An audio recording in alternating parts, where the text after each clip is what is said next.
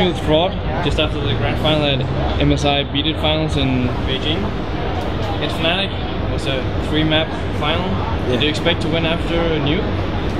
I mean, I'm not gonna lie, we were a little disappointed being up like 14-8 or something like that, having a few rounds from winning the tournament. But I think we were able to fight back a lot, being down a lot. I mean, you know, when we tied and went to overtime, we got down a little bit, we came back, we brought it to double overtime. So I mean, for us, I think we were confident that we were playing well, we were getting in the bomb sites and doing good. So as long as we try to erase our memory what happened on Nuke, I felt like on Train we can do the same, where we get into the bomb sites and we get our first entry kills. But the most important part was the after plant, getting the bomb down, things like that. And I felt like that was a part of our game that we needed to make sure that we stabilized for the next map, because we had a lot of communication errors after the bomb down. Like we, spoke to each other where we were playing, but we didn't come up with solutions like, okay, well, I'll peek first, you peek later. We didn't discuss those things. So when we went back and had a couple-minute break, I think we really discussed that, we're a big team on communication, but communication is pointless if you're not listening. The other people aren't listening. So we have to make sure that if people are communicating, then you must listen to what they're saying, because at least someone is coming up with the game plan, and you might as well listen rather than not say anything and have the same outcome happen on Nuke, which is losing. So yesterday you spoke about confidence and respect. You think that came into play today? Yeah, I mean, we know fnatic respects us as much as we respect them, and the thing is, we have confidence playing against teams that are organized and structured. When we play against Asian teams, it's kind of hit or miss. We either beat them really bad or we could possibly lose or something, because they play more unpredictable. And although fnatic did a lot of things that we'd never seen before, we still know that they're organized, and they're like if they have like $2,000 or $3,000, they're most likely not going to buy things like that. Things a little more organization and structure, and we felt like against that type of team we can do well, because we always kind of know what to expect. Even if we were to lose, we at least know what we're going into. We can at least in our minds play out what would happen in the round, so that way we can come up with game plans accordingly. Yesterday you spoke about taking risks. Do you believe you took any risks today? Yeah, I think we definitely did. I mean, for the most part, we talked our game plan and discussed what we wanted to do. And only on the first map, on Dust 2, did we change our game plan a little bit, and that's because we weren't expecting them to be splitting the map a lot. We thought they were just going to maybe rush catwalk a lot, which has been a trend of theirs lately.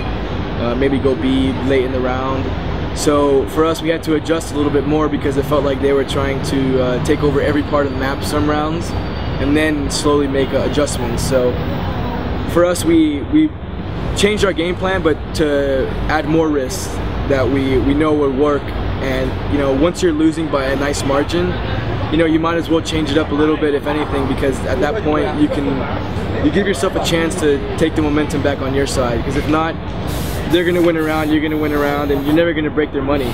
So for us, it was important to be aggressive and stay aggressive, because then we can, like I say, we can know what they're going to be doing, know if they're saving, know if they're on a weak buy, and then place aggressive strategies accordingly. If they don't have flashes or nades, then we can push on them. If they have full everything, then we have to play more restrained, because we really don't have much of a choice, because maybe we don't have the flashes or smokes to fend them off a little bit.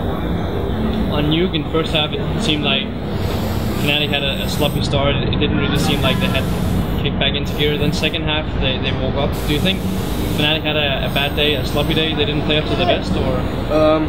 Not really. I mean, they were definitely playing well and hitting their shots, and I think that we've gotten a little better as a team lately, and been able to prepare a little bit better for these events. And to us, what you were saying, they played better on CT side. Well, that was because we played bad. Like every time we got into the bomb site, we got the entry kills, but then one guy would get 2 of our guys, and then they retook from rafter.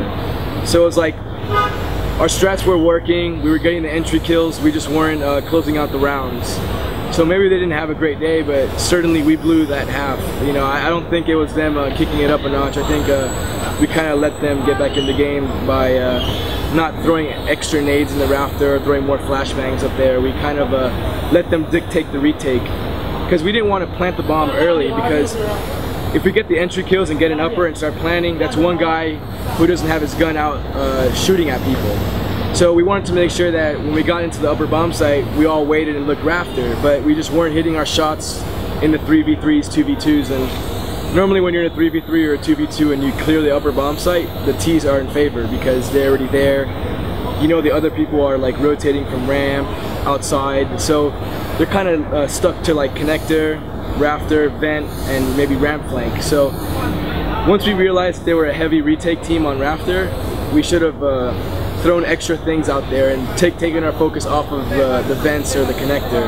And I think we just kept feeling in the back of our minds they were going to come up the vent and things like that, when in turn they just came heavy rafter and you only had 1 or 2 guys versus 3 or 4 guys looking up there.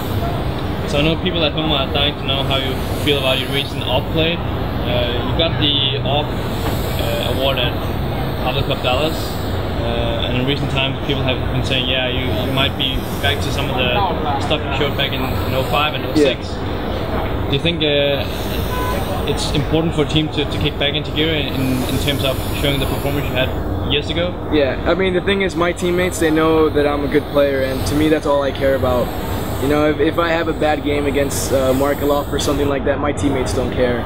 You know, and we don't read the forums or really look into it to a point where, you know, they don't feel confident with me. They know I could do up to my potential always, and it's about having a good day. And I feel like when our team is playing well and we're focused together, then I feel like we can do a lot of damage. And to me, it's great knowing that I've performed well lately, or a little bit better lately, because all that does is help my teammates out and takes a little bit less pressure from Jordan, maybe from Tyler or Tommy. But, you know, I mean, I don't know, it's kind of impartial. To me, it's like, even in 2005, 2006, I wasn't focused on how well I did or how people perceived how I did. It was all about how well we did as a team and how my teammates thought of me. So if my teammates feel that I'm a better teammate in 2010 versus 2005, that makes me feel better knowing that I'm a better teammate versus being a better fragger who may cost us more.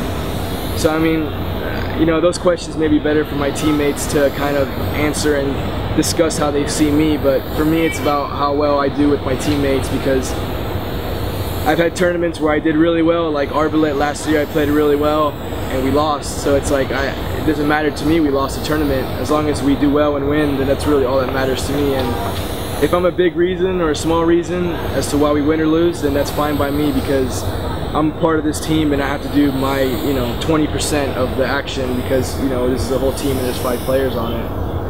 So it's been a really long time since you guys managed to win such a big event. How are the feelings in the team right now? I don't know, I don't think it really has sunk in too much yet. Once we finished the 3rd map, we kind of wanted to keep playing, but we realized that, you know, this is it, we won. We don't have to really focus on anything. So I think it's something that we can figure out later and discuss more about, like, how well we feel as a team and how well we've done. But we just came back from Brazil. We have WCG next weekend. We have an ESL match in a couple days when we land from China. So it's going to probably be just what happened in this old COL when we won a tournament, which is enjoy it that first day and then it's over. Because we did a lot of mistakes. Even though we won this tournament, there's a lot of mistakes that happened. So we need to correct these mistakes, because, you know, you don't win a tournament and then your career's done. You know, there's always tournaments coming up. So it's about staying grounded and not getting overconfident. You know, it's amazing being fnatic and being back in the scene, and hopefully teams respect us more. But ultimately, we just want to be able to progress and do well in the next tournament, because, you know, Counter-Strike is starting to pick up more lately. So there's no time for you to sit back and have weeks or months where you can enjoy your victory. It's about, like, you know, like Navi. They won a tournament. I'm sure that they weren't going into the next tournament thinking, oh, we won the last one, we're going to win this one. They completely reset their mentality and tried to attain a new goal. So that's what's going to be our plan, is we won this one, it's okay, let's move on, and we have another goal coming up. And it's like, you know, yesterday we talked and maybe people thought we were overconfident, but we were just, you know, we believe in ourselves and we know that we can do well, especially if we're having a good day. So I feel like we can do that in any tournament, even after a victory or a loss, because it's about forgetting about what happened, but also learning from the mistakes and even if you win or lose, you still make mistakes. When Na'Vi wins, fnatic wins, they make mistakes all the time. They lose a map in group play. So there's things that I'm sure that they need to sit back and analyze as to how they can progressively get better to not have those mistakes come out for the next tournament. And the thing too is, not to drag on the question, is like, if teams respect us a little bit more for winning this event, they're going to start watching our demos. So for us, we're not just going to sit back and do the same things, because now everyone's going to know what we do. So it's on us to go back and like change our tactics and our setups, because now we have to bring something new to the table because everyone was watching us play. And since they knew it worked, we have to find something else that works on top of what we did today to progressively get better as a team.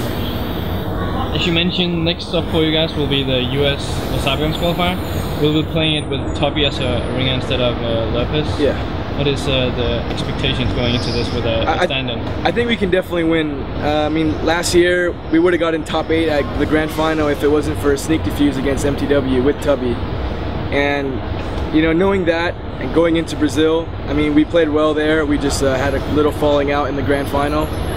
But for us, it's about coming up with a new game plan. With Tommy, we're more organized because we practice tactics a lot. We do dry runs.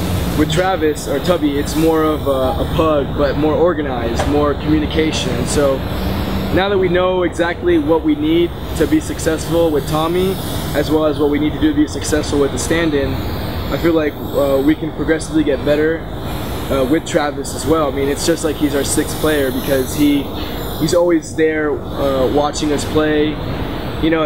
Just because we haven't played with him till last grand final doesn't mean that he hasn't watched us play. We haven't talked to him about strategies or anything like that. So the only thing in question is how much practice time we can get. We practiced for 2 weeks with Travis. Then Tommy came back from Finland. We practiced a few days with him. Then we had Pan Am. We went home for like 3 hours, so we didn't practice. We came here without practice with Tommy. We won. But then we have 2 days at home where we have to play with Tommy because we have ESL. But then the following weekend, a few days later, we have Travis. So it's going to be quite a mess of how we're going to organize our practice. But I feel like as long as the other 4 guys are playing and staying together and practicing hard, whoever the 5th is not going to necessarily matter. So I want to wish you a congratulations, and if there's any shout-outs, special thanks, this is your time. Well, I want to thank all the fans at home, and thanks for you guys for the coverage.